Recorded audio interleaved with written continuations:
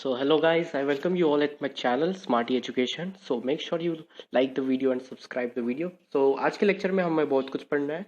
सबसे पहले cause and effect reasoning जो कि लॉजिकल रीजनिंग का एक बहुत ही इंपॉर्टेंट टॉपिक है वो पढ़ना है। ओके, सो लॉजिकल रीजनिंग एक बहुत ही इंपॉर्टेंट टॉपिक है। ओके, 25 मार्क्स का है तो इसका हम पहला यानी प्रैक्टिकल सब्जेक्ट यानी कॉज एंड इफेक्ट रीजनिंग, इसके पहले मैंने 3 वीडियो बनाए हैं। Make sure you watch it. Okay, so then यहाँ पर आना। Okay, so cause and effect reasoning को स्टार्ट करते हैं। ओके, सबसे पहले cause and effect reasoning brain game है। Okay, brain game. So next thing जो है मैं आपको बताना चाहूंगा कि in this type of reasoning हमें दो स्टेटमेंट्स दिए होंगे, हमें उनके आपस के बीच का रिलेशन ढूंढना है, या तो फिर रिलेशन नहीं हो तो वो स्टेट करना है। आपको बेसिकली 5 एमसीक्यूज के ऑप्शन दिए जाएंगे, उसमें से आपको राइट वन सिलेक्ट करना होगा। देन आगे देखते हैं। ओके, सो सबसे पहले इसमें एडवाइस भी है नीचे कि आप कुछ भी पर्टिकुलर कंक्लूजन निकालने से पहले ऑल द 5 एमसीक्यू आपको बहुत ही केयरफुली रीड करना है, ताकि आपकी रीडिंग अच्छी हो और आपका आंसर भी करेक्ट हो, ताकि आपको 1 और 2 मार्क्स ईच क्वेश्चन मिल जाए। ओके, आगे देखते हैं। एग्जाम्पल लेते हैं इसका कॉज एंड इफेक्ट रीजनिंग का। For example, it was raining outside. So आपने क्या किया, अम्ब्रेला लिया। ओके, सो इसमें कॉज क्या बोल सकते हैं कि रेन हो रही थी, और मेरा एक्शन क्या था, इफेक्ट क्या था, वो था मेरा छाता लेना। ओके, अम्ब्रेला लेना। सो from the above statement we can conclude that statement 1 is the cause and statement 2 is the effect.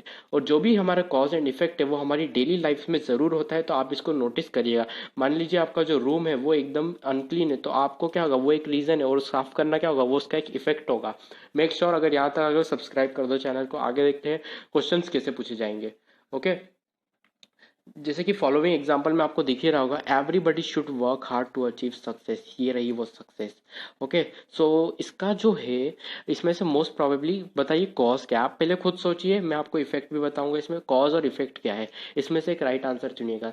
मान लीजिए statement 1 is the reason, statement 1 is the reason and statement 2 is the response. जो कि बहुत ही बच्चे गलत बोलते हैं कि स्टेटमेंट 1 इज द रीजन, ये गलत है। इसमें स्टेटमेंट बी आएगा आंसर। क्यों बी आएगा, क्योंकि सक्सेस एक एम है जो कि इसका कॉज है अचीव करने का इस बंदे का, और वर्क हार्ड क्या है, इफेक्ट, ताकि वो वर्क हार्ड करे। ओके, सो इसका एग्जाम्पल भी दे दिया। Okay, everybody should work hard, the only way to achieve success is to work hard. So इसमें इस बंदे ने ये सुना और ऊंचाइयों को चढ़ने के लिए इसने वर्क हार्ड करना शुरू कर दीजिए। देखिए इस एग्जाम्पल आपको समझ नहीं आया तो भी चलेगा, क्योंकि मैं आगे इसमें डिटेल का एक्सप्लेनेशन दूंगा। तो ये तो बहुत ही जल्दी वाला एग्जाम्पल था, आप डिटेल एक्सप्लेनेशन की बात करें। सबसे पहले मैं आपको कुछ टिप्स दूंगा। स्टेटमेंट 1 और ए और बी जो भी ऑप्शन आते हैं, देखिए जो ए और बी ऑप्शन होते हैं उनके एप्लीकेबल यानी उनको सिलेक्ट करने की एक ट्रिक बताता हूँ। मान लीजिए कोई सा भी स्टेटमेंट दिया, उसको 10 से रिलेट कीजिए। देखिए एग्जांपल देता हूँ। Okay, for example everybody should work hard, वो वाले एग्जांपल में चलते हैं। Okay, everybody should work hard में मैंने एवरीबडी शुड वर्क हार्ड में 10 लगाया। Okay, so everybody should work hard, thus the only way to achieve success is work hard. ये जम रहा है सेंटेंस, नहीं, the only way to achieve success is to work hard, thus everybody should work hard. तो ये sentence जम रहा है, यानी 10 यहाँ पर आएगा, फिर स्टेटमेंट नंबर 1 आएगा। ओके, आगे देख, ठीक है। सो अब मैं आपको बताता हूँ कॉज और इफेक्ट में डिफरेंस क्या है। कॉज बेसिकली एक रीजन होता है, वाइल जो इफेक्ट होता है वो एक्शन होता है किसी भी कॉज के ऊपर। मान लीजिए लड़ाई करना है, क्यों करना है, क्योंकि जीतना है। ओके, आपको सी से भी जीतना है। आगे देखते हैं, जिसे एग्जांपल के तौर पर देखते हैं। There has been a curfew in the city, means curfew क्या है, कॉज है, और उसका रिस्पॉन्स क्या है, पीपल घर पे रहेंगे और 24 आवर पुलिस पेट्रोलिंग होगी। ओके, सब अब टाइप्स ऑफ कॉजेस की बात करते हैं। टाइप्स ऑफ कॉजेस बहुत ही आसान है, मैं आपको ध्यान से बताता हूँ। इमीडिएट कॉज क्या होता है, जो मोस्ट रिसेंटली हुआ है इसमें, जो कि मोस्ट रिसेंटली हुआ है, जैसे कि वाटर का हीट होना, ऐसे ही कुछ एग्जांपल है। और जो प्रिंसिपल कॉज क्या होता है, this is the main cause, जो कि रिस्पॉन्सिबल होता है किसी भी इवेंट के तौर पर। देखिए ये नहीं पढ़े तो भी चलेगा, लेकिन इसका एक बेसिक नॉलेज जरूर रख लीजिए। देन इंडिपेंडेंट कॉज की बात करें, this cause that is independent cause of the event, यानी किसी भी this cause that is independent of the event के ऊपर निर्भर नहीं करता है ये। ओके, बस इसका बेसिक ज्ञान रख लीजिए कि टाइप्स ऑफ कॉजेस कितने होते हैं। अब कुछ एमसीक्यू सॉल्व करेंगे जिससे आपकी प्रैक्टिस बनेगी। Okay, it is the aim of the civic authority to get rid of pollution by 20% in the next 2 month. ये एम है सिविक अथॉरिटी का कि वो एम पॉल्यूशन से बच जाए, क्योंकि अस्थमा पेशेंट जो है वो राइस पर है। ओके, ऑप्शंस देखते हैं। सबसे पहले मैंने आपको क्या ट्रिक बताई है, याद करिए। सबसे पहले मैंने आपको ट्रिक बताई है 10 लगाना। सबसे चलिए स्टेटमेंट 1 के लिए करते। It is the aim of the city civic authority, it is the aim of the city civic authority to get air pollution reduce 20% in the next. So 10 लगाते हैं। Okay, it is the aim of the civic authority to get the pollution reduce, thus the number of asthma is constantly increasing. तो ये sentence तो जम नहीं रहा है। अब इसके बाद 10 लगाते हैं। Okay, the number of asthma cases in the city is constantly increasing. Thus, it is the aim of the city's civic authority to reduce pollution by 20% in the next 2 months. तो ये सेंटेंस जम रहा है, तो I think option B होना चाहिए। Let's check the answer now.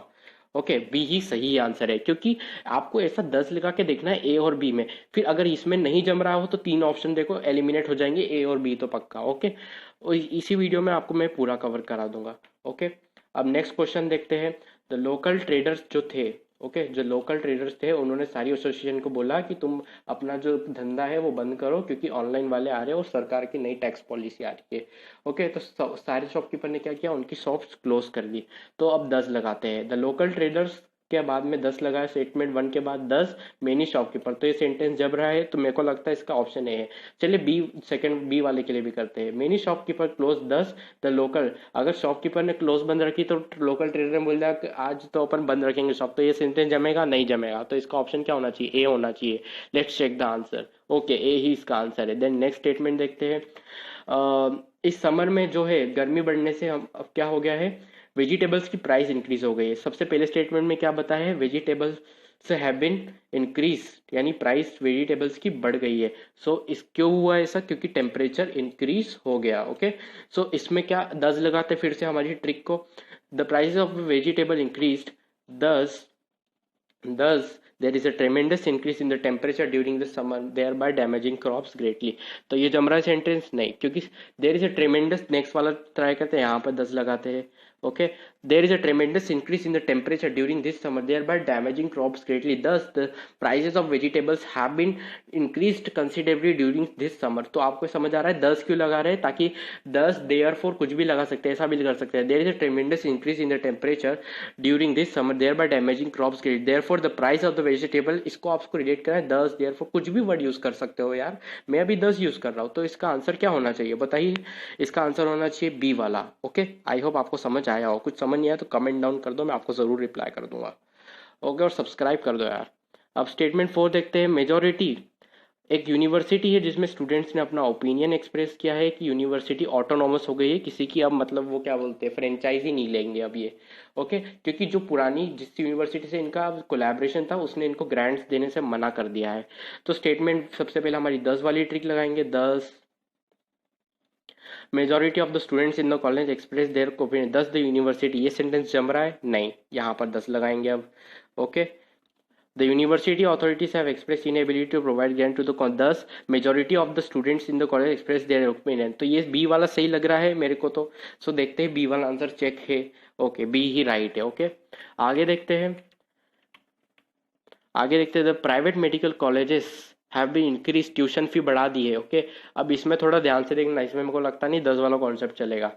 जो private medical college है उसने अपनी फीस बढ़ा दी है, 10 यहाँ पे लगाते हैं। ओके, दस the government medical colleges have not increase their fees. ये तो कोई वैलिड ही नहीं लग रहा है। नेक्स्ट पे लगाते हैं, यहाँ पर सेकंड में लगाते हैं 10 the government medical colleges have not increase the fees in spite of price 10 the private college. ये भी जम नहीं रहा है। आगे देखते हैं, ये डिपेंडेंट रीजन कॉजेस नहीं है। हाँ, मेरे को तो यही लगता है क्योंकि प्राइवेट कॉलेजेस की एक्सपेंसेस बढ़ी, गवर्नमेंट की तो बढ़ी नहीं, क्योंकि देयरफॉर ये डिपेंडेंट रीजन हमको नहीं दिखते। Let's check the answer. ये गलत है, सॉरी मेरी एडिटिंग मिस्टेक है, लेकिन आएगा ऑप्शन नंबर सी। ओके, ये मैंने आपके लिए भी सोचा था कि आपको कंफ्यूज करूँ। ओके, देन नेक्स्ट चीज जो है द प्राइवेट, ये तो वही है। ओके, जो नेक्स्ट एग्जांपल है वो देखते हैं। Large number of people living in low lying area evacuated. और गवर्नमेंट में एक बारिश हुई, जो भी पहाड़ों पर रहते थे, ओके, जो पहाड़ों पर रहते थे उनको इवैक्यूएट कर लिया और गवर्नमेंट ने भी रिलीफ सप्लाई बढ़ा दी है। तो इसके वजह से 10 लगाएंगे तो ये तो जमेगा नहीं। The large number of people living in the low lying area have been evacuated, 10 the government has rushed, ये जम नहीं रहा। सेकंड वाले में भी 10 लगा के देखते हैं। इसमें the government has supplied 10 the large number of people, ये भी नहीं जम रहा है। तो सी तो हो ही नहीं सकता, क्योंकि इसमें दोनों में तो इफेक्ट बता रहा है और डिपेंडेंट रीजन तो है ये। ओके, डिपेंडेंट रीजन तो नहीं है। ओके, आगे देखते हैं response of some common cause. हाँ, ये हो सकता है, क्योंकि क्यों हो सकता है, क्योंकि बारिश हुई तो गवर्नमेंट ने रिलीफ दिया और लोग भी वहां से निकल गए, तो इसका आंसर होना चाहिए ई। Let's check. ओके, ये भी सही है। ओके, ये लास्ट एग्जाम्पल है। आई होप आपने सारे एग्जाम्पल अच्छे समझे। कुछ समझ नहीं आया तो कमेंट डाउन कर दो, मैं आपको रिप्लाई जल्दी से जल्दी कर दूंगा। ओके, जो एम्प्लॉय है बिगेस्ट बैंक के, एम्प्लॉय बिगेस्ट बैंक है, उन्होंने एक इनडेफिनेट स्ट्राइक बुलाई थी 3rd मंथ से। और जो सेंट्रल गवर्नमेंट की एम्प्लॉई है, इसमें आपको कोई रिलेशन दिखता है? 10 वाला कॉन्सेप्ट पहले लगाते हैं। The employees of the biggest bank given A indefinite strike calling from the next बंद, दस द एम्प्लॉयज ऑफ द, इसमें कोई रिलेशन नहीं, वो बैंक के एम्प्लॉयज है, ये सेंट्रल गवर्नमेंट के। अब यहाँ पर लगाते हैं the employees of the central government have withdrawn their week long demonstration, thus the employees of the bank, इसमें भी कोई रिलेशन नहीं दिखता, तो ये दो तो ऑप्शन नहीं होंगे। Okay, are not dependent reason, ये मेरे को लगता है। क्यों लगता है? क्योंकि वो अलग एम्प्लॉय, ये अलग एम्प्लॉय है। नेक्स्ट ऑप्शन भी देख लेते हैं, लेकिन both the statement 1 and 2 effect, हाँ ये इफेक्ट तो है पर डिपेंडेंट रीजन के नहीं है, ये भी हो सकता है। Both the statement 1 and 2 are the response, response तो बिल्कुल नहीं, तो सी और डी में से चुनना है। ओके, सी और डी में से चुनना है, तो मेरे को लगता है इसका ऑप्शन मेनली डी होगा। ओके, बस आज के लिए बस इतना ही। Make sure you subscribe the channel, मैं आगे लॉजिकल रीजनिंग सी सेट के और भी वीडियोस डालूंगा। और आज का लाइक टारगेट रखता है सिर्फ 5 लाइक्स, आई होप आप कर देंगे। ओके, बाय बाय, और make sure you subscribe the channel.